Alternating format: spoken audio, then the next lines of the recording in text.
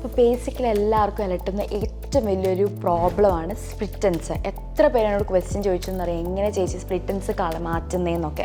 അപ്പോൾ സ്പ്ലിറ്റൻസ് വരാതിരിക്കാൻ വേണ്ടി നമുക്ക് കുറച്ച് കാര്യങ്ങൾ ചെയ്യാം. എന്താണെന്ന് വെച്ച് കഴിഞ്ഞാൽ നന്നായിട്ട് നമ്മൾ എണ്ണ പുരട്ടുക എന്ന് വെച്ചാൽ നന്നായിട്ട് ഹൈഡ്രേറ്റ് ചെയ്യുന്ന നമ്മുടെ മുടിക്ക് ഏറ്റവും കൂടുതൽ ഹൈഡ്രേഷൻ കൊടുക്കുന്നത് എണ്ണ അപ്ലൈ ചെയ്യുമ്പോഴാണ്. അതുപോലെ തന്നെ എണ്ണ പുരട്ടിയ ശേഷം നമ്മൾ വാഷ് ചെയ്ത് കളയുമ്പോൾ നമ്മുടെ ഹാർഷായിട്ടുള്ള ഷാമ്പൂസ് വെച്ചിട്ട് എൻസ് കഴുകാതിരിക്കുക. രണ്ടാമത് ഷാമ്പു വാഷ് കഴിയുമ്പം നന്നായിട്ട് ഹൈഡ്രേഷൻ കൊടുക്കുന്ന രീതിയിലുള്ള കണ്ടീഷണറും സെറംസും യൂസ് ചെയ്യുക. മൂന്നാമത് നമ്മളൊരു 6 to 8 വീക്സിനുള്ളിൽ നമ്മളെപ്പോഴും ഒരു മുടി അറ്റമൊന്ന് ട്രിം ചെയ്യുന്നത് സ്പ്ലിറ്റൻസ് വരാതിരിക്കാൻ തടയുന്ന ഏറ്റവും ബെസ്റ്റ് ആയിട്ടുള്ളൊരു ഹാക്കാണ്.